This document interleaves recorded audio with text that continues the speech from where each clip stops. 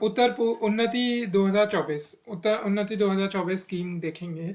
इसका full form क्या है? उत्तर पूर्व मतलब नॉर्थ ईस्ट उत्तर पूर्व ट्रांसफॉर्मेटिव इंडस्ट्रियलाइजेशन स्कीम।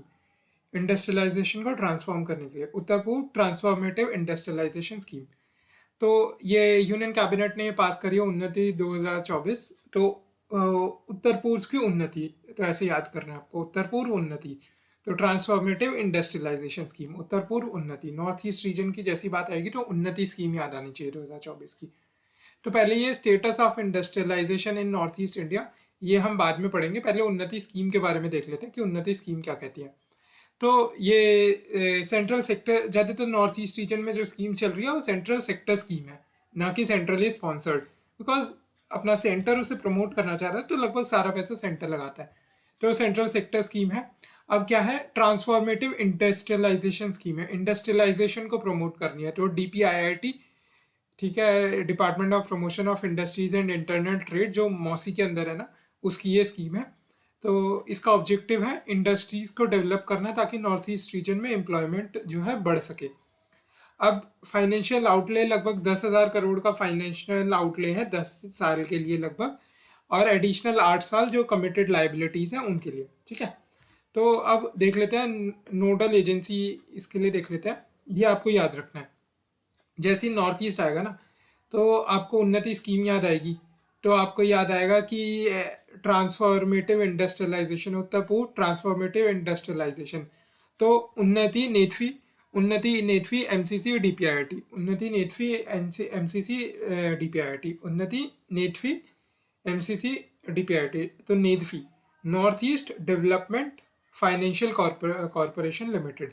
ये एक वो है, एक फाइनेंशियल पब्लिक लिमिटेड कंपनी है। तो financial Corporation limited, north East Development Financial Corporation limited है नेथफी। उन्नति नेथवी MCC DPIIT, उन्नति नेथवी MCC DPIIT, ये 4 बार बोलो, याद हो जाएगा। उन्नति नेथवी MCC DPIIT, उन्नति नेथवी MCC DPIIT, उन्नति नेथवी MCC DPIIT। तो नेथवी याद हो गया। अब याद करना है DPIIT, तो हमने देख लिया कि DPIIT संस्था इसकी ऑर्गेनाइजेशन है जो स्कीम लागू कर रही है। तो नोडल एजेंसी नेथफी है, north East Development Financial Corporation limited. अब MCC क्या है? MCC की भी अभी बात होगी, पहले ये वाली चीज़ देख लो। अब जहाँ पे भी उन्नति स्कीम की बात आएगी ना, ट्रांसफॉर्मेटिव इंडस्ट्रियलाइजेशन, उत्तर पूर्व ट्रांसफॉर्मेटिव इंडस्ट्रियलाइजेशन स्कीम, आपको ये याद आना चाहिए। Part A part B, zone B, 60-40 negative positive list, ये दोनों पे का पेयर है ना, part A part B, zone B, 60-40 negative positive list. देखते हैं ये है क्या। अब पार्ट ए पार्ट बी क्या है? इंडस्ट्री, जो इसमें पैसा आएगा स्कीम में, उन्नति स्कीम में, ये 2 पार्ट्स में बटेगा। पार्ट बी होगा जो स्कीम की इम्प्लीमेंटेशन और इंस्टीट्यूशनल अरेंजमेंट है ना, उस पर खर्चा होगा, ये बस 3% होगा। पार्ट ए में 97% ऑफ द खर्चा पार्ट ए में होगा। जो इंसेंटिव्स दे रहे होंगे ना एलिजिबल यूनिट्स को, 97% ऑफ द खर्चा उसमें जाएगा। उसमें भी 3 कंपोनेंट्स होंगे, जो दो दो का पेयर देख रहे हैं, part A part B, zone B, 60-40 negative positive. अब दो के पेयर क्या है? 3 कंपोनेंट और 4 साल, ये याद रखना है, 3 कंपोनेंट एंड 4 साल। तो 3 कंपोनेंट क्या है?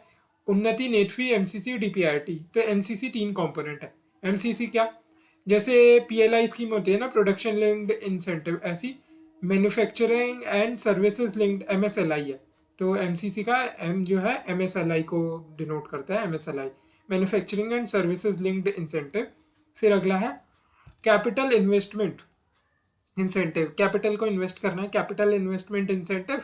फिर अगला है सेंट्रल इंटरेस्ट सबवेंशन, तो ताकि कैपिटल इन्वेस्टमेंट के लिए इंसेंटिव देना। फिर उसका जो इंटरेस्ट है, इंटरेस्ट सबवेंशन भी करनी है, सेंट्रल इंटरेस्ट सबवेंशन।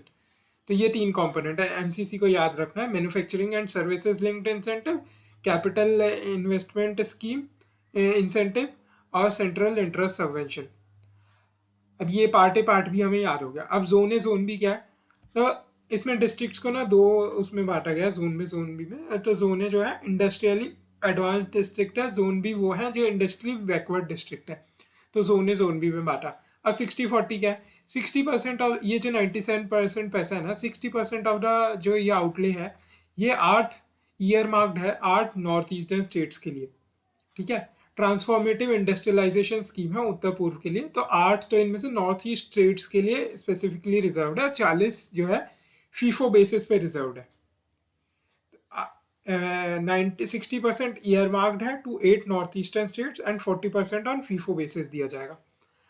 ठीक है, तो part A part B zone A zone B हो गया। अब 60-40 क्या है? 60-40 हमने देख लिया, 60% और 40% भी देख लिया हमने। अब नेगेटिव पॉजिटिव लिस्ट क्या है? तो जो नेगेटिव लिस्ट है वो मैन्युफैक्चरिंग के लिए है कि कौन सी इंडस्ट्रीज इसमें नहीं इंक्लूडेड होंगी। पॉजिटिव लिस्ट सर्विसेज के लिए कि कौन सी इंडस्ट्रीज इसमें अवेलेबल होगी। तो part A part B zone A zone B 60-40 negative positive हो गया। अब 3 कंपोनेंट MCC, MSLI, CIS और CII, ये हम देखते हैं। और 4 साल की क्या बात है कि जो भी एलिजिबल इंडस्ट्रियल यूनिट्स है ना, जिनको पैसा दिया जा रहा है, उनको 4 साल के अंदर जो कमेंस करनी होगी, रजिस्ट्रेशन के 4 साल के अंदर कमेंस करनी होगी अपनी प्रोडक्शन, तभी उनको पैसा दिया जाएगा। ठीक है, तो हमने देख लिया 3%, 4 साल, part A part B zone B 60-40 negative positive less, 3 component 4 साल। अब 3 कंपोनेंट कौन से हैं? MCC, MSLI, CIS और CII। तो manufacturing and services linked incentive, कौन से इंसेंटिव इन्हें दिए जा रहे हैं मैन्युफैक्चरिंग एंड सर्विसेज कंपनीज को? तो net payment of link to net payment of GST की नेट पेमेंट से लिंक है। तो that is GST paid less input tax credit. तो जो GST पे करना ना, वो इनपुट टैक्स क्रेडिट को माइनस करने के बाद ही पे करना है। पूरा GST पे नहीं करना कि फिर बाद में ITC क्रेडिट आएगा, नहीं। GST paid less input tax credit, ये केवल नई यूनिट्स के लिए ही है। GST की देखा जाता है जो नई नई कंपनियां, उन्हें GST भरने में बड़ी दिक्कतें आती हैं, तो उन नई कंपनीज के लिए, न्यू यूनिट्स ओनली के लिए MSLI है। फिर MCC का दूसरा क्या है? Capital investment incentive. अब ताकि कैपिटल इन्वेस्ट हो तो उसके लिए ये इंसेंटिव है। स्पेशल फाइनेंशियल बेनिफिट्स है एलिजिबल बिजनेसेस के लिए, मतलब फ़र्क नहीं पड़ता वो नया है या एक्सपेंडिंग है, कैपिटल इन्वेस्टमेंट करवानी है हमें तो दोनों को हमने इंसेंटिव देना है। अब है क्या इंसेंटिव? ये जो मैन्युफैक्चरिंग यूनिट्स है उसमें तो कम से कम 1 करोड़ का इन्वेस्टमेंट, और सर्विसेज यूनिट में कम से कम 50 करोड़ का इन्वेस्टमेंट इन ड्यूरेबल फिजिकल एसेट्स। 50 करोड़ नहीं, 50 लाख। 1 करोड़ मैन्युफैक्चरिंग यूनिट्स और 50 लाख सर्विसेज यूनिट्स में, इतना इन्वेस्टमेंट मांगता है कैपिटल इन्वेस्टमेंट इंसेंटिव का फ़ायदा लेने के लिए। और माइक्रो इंडस्ट्रीज जो है उनको मिनिमम इन्वेस्टमेंट 50 लाख का तो करना ही पड़ेगा, चाहे मैन्युफैक्चरिंग सेक्टर हो चाहे सर्विसेज सेक्टर हो। तो 50 लाख तो इन्होंने कैप लगा दी उन्नति स्कीम में, और 1 करोड़ मैन्युफैक्चरिंग यूनिट्स के लिए जो माइक्रो इंडस्ट्रीज नहीं है। अब दूसरा है कैपिटल इंटरेस्ट सबवेंशन। अब जो लोन्स है ना, जिनका प्रिंसिपल अमाउंट 250 करोड़ तक का है, उनके लिए इंटरेस्ट सबवेंशन की जो सुविधा है वो सरकार देगी।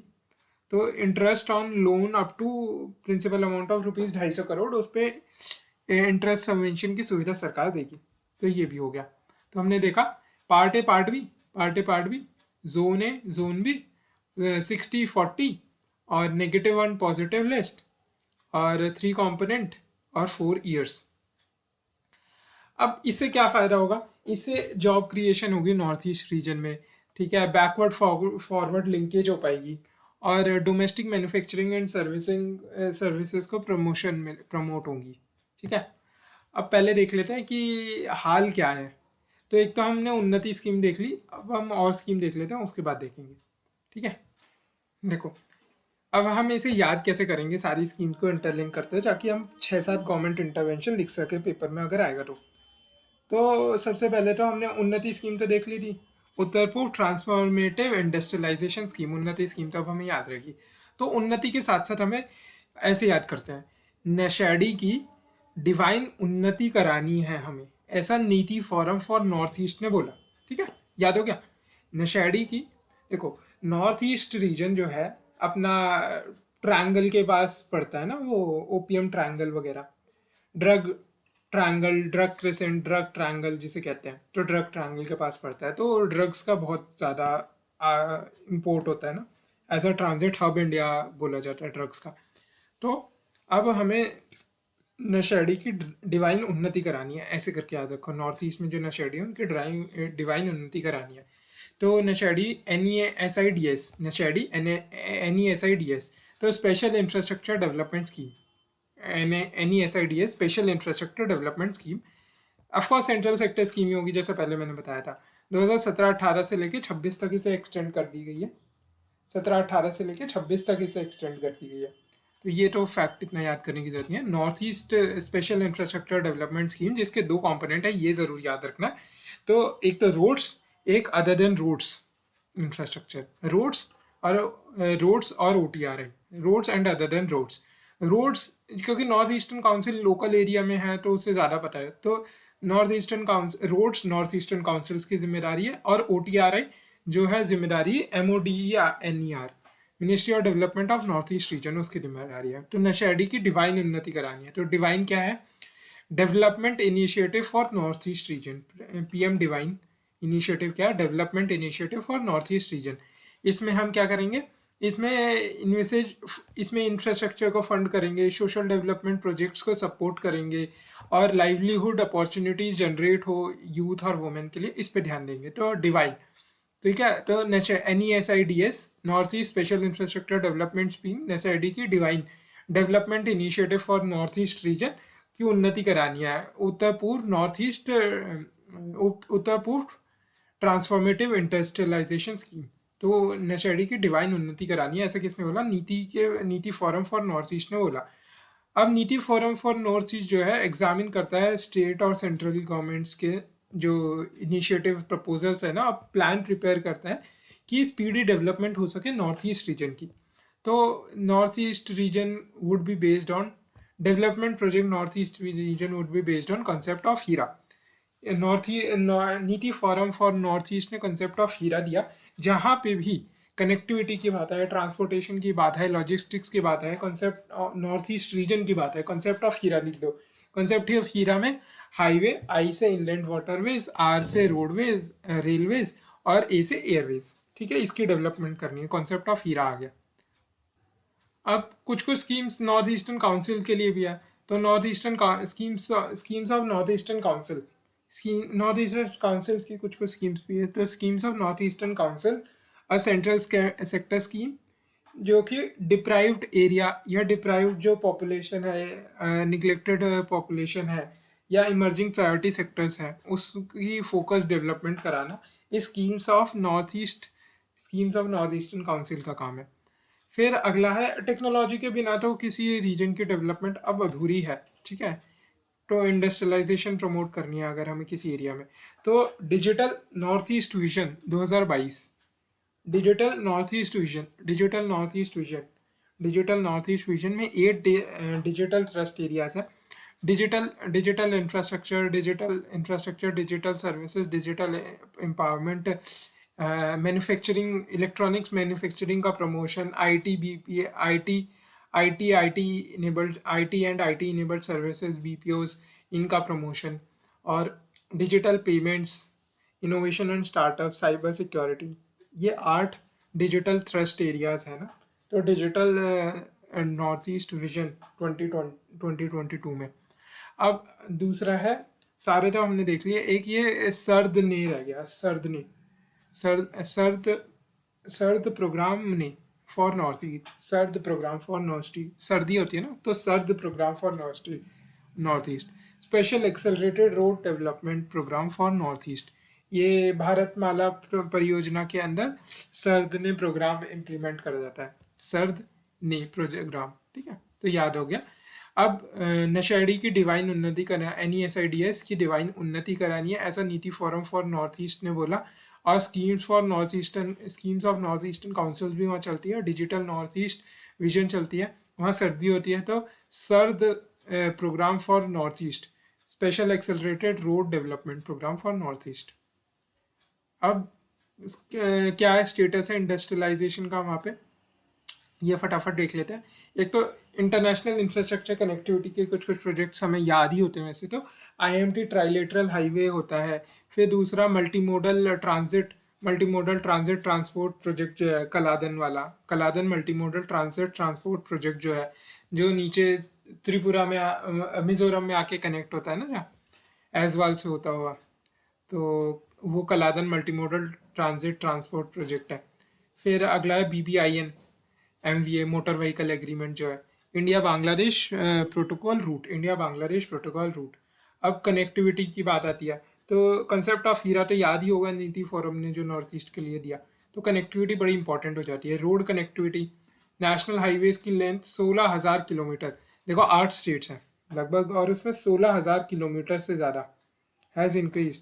Total length of national highway has increase to 16,000 kilometre in the region. अगर लिखना है तो 16 नेशनल हाईवे 16,000, 8 स्टेट में लगभग 16,000 किलोमीटर, 2,000 किलोमीटर, 2,000 की तो लगभग इंडिया की लेंथ ब्रेड्थ ही है। तो उतना ज़्यादा नेशनल हाईवेज़ की पेनिट्रेशन पहुंच गई है नॉर्थ ईस्ट में। तो 16,000 किलोमीटर से ज़्यादा नॉर्थ ईस्ट रीजन में। अब अगला है कि north national waterways, national highway देख लिया, national waterway 2, national waterway 2 Bangladesh border से लेके अपना सादिया ऑन ब्रह्मपुत्रा तक ये नेशनल वाटरवे 2 है, ये फुली डेवलप्ड है।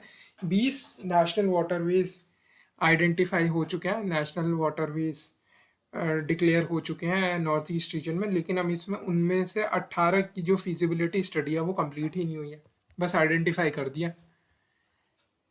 अब MSMEs का पोटेंशियल तो देखो बहुत है नॉर्थ ईस्ट एरिया में, बट अभी total number of MSMEs less than 3% है। जो इंडिया की टोटल MSMEs है उसकी less than 3% north East reason में, इसीलिए वहाँ एम्प्लॉयमेंट की दिक्कत है, और ये account for 2.62% of the total employment को अकाउंट कर रही है। एंड असम में largest number of the MSMEs है, देन त्रिपुरा में है। त्रिपुरा में इसीलिए होंगी ना क्योंकि उसे second rubber capital of India भी कहा जाता है, तो रबर प्लांटेशन वहाँ बहुत है, तो इसीलिए वहाँ पे फिर अपना वो भी है, अपना MSMEs भी है। तो असम में है, त्रिपुरा में है, देन ATM, MSMEs को ATM चाहिए तो असम त्रिपुरा मेघालय, असम त्रिपुरा मेघालय, तो ATM हो गया। अब उसके बाद जो है स्पेशलाइज्ड इंडस्ट्रीज़ भी हैं कुछ कुछ। स्पेशलाइज्ड इंडस्ट्रीज़ के लिए आपको हर्ब याद करना है, नॉर्थ ईस्ट के लिए आपको हर्ब याद रखना है। तो H से handlooms and handicrafts, handloom and handicraft one of the largest unorganise economic activity जो नॉर्थ ईस्ट में होती है ना, और क्या ही एक्सपेक्ट कर सकते हो नॉर्थ ईस्ट में। तो जो 9 मेगा हैंडलूम क्लस्टर्स हैं, 9 मेगा हैंडलूम क्लस्टर्स है इंडिया में, उनमें से 2 तो नॉर्थ ईस्ट रीजन में ही है। एक है ईस्ट इम्फाल मणिपुर में, और दूसरा है शिवसागर असम में। एक शिवसागर असम, एक दूसरा ईस्ट इम्फाल मणिपुर। तो हैंडलूम एंड हैंडीक्राफ्ट बहुत फेमस है। दूसरा ई से इको टूरिज्म बहुत फेमस है। R से रबर प्लांटेशन। त्रिपुरा को second rubber capital of India कहा है अपना इंडियन रबर बोर्ड ने ना, केरला के बाद। तो R से रबर हो गया। B से बैम्बूज हो गया। 40% बैम्बूज जो इंडिया के हैं वो नॉर्थ ईस्ट रीजन में है, 40% बैम्बूज। तो बैम्बू बहुत इंपॉर्टेंट है नॉर्थ ईस्ट के लिए, तभी वहाँ पे हैंडलूम एंड हैंडीक्राफ्ट इंपॉर्टेंट है क्योंकि बैम्बू वहाँ पे इंपॉर्टेंट है। फिर वहाँ पे S से हो गया स्पेशल इकोनॉमिक जोन्स, 5 SEZs वहाँ पे आइडेंटिफाई, फाइनल अप्रूवल तो हो गया है, फॉर्मली अप्रूव हो गए हैं, और उनमें से 4 को तो नोटिफाई भी कर दिया गया है, बट अभी भी कोई भी ऑपरेशनल नहीं है। ठीक है, तो ये हो गया। उन्नति स्कीम हमने देख लिया, हमने हर्ब देखा, हमने MSMEs देखी, हमने रोड कनेक्टिविटी 16,000 किलोमीटर से ज़्यादा देखी, हमने नॉर्थ वेस्ट नेशनल वाटरवेज देखे, हमने इंटरनेशनल कनेक्टिविटी देखी। तो road connectivity, inland waterway connectivity, international connectivity हमने देखी। कनेक्टिविटी के लिए क्या कंसेप्ट ऑफ हीरा दिया नीति फोरम फॉर नॉर्थ ईस्ट ने। हमने उन्नति स्कीम देखी, उन्नति स्कीम के अंदर हमने part B, zone B, 60-40 negative positive, 3 component MCC, MSLI, CIS और CII 4 साल के लिए, ये हमने देखा। ठीक है, उन्नति नेतवी, MCC, DPIIT हमने देखा। तो ये सब कॉम्पोनेंट उसी के हैं। फिर हमने देखा कि नशेड़ी की डिवाइन उन्नति हमें करानी है, तो उसके लिए नीति फोरम फॉर नॉर्थ ईस्ट ने ये सलाह दी है। और scheme for north east council, digital North East vision. ठीक है, फिर है सर्द प्रोग्राम फॉर नॉर्थ ईस्ट। तो ये वाली चीज़ तो हो गई। ठीक है, तो हमने कुछ regional development of north east के लिए स्कीम्स देख ली।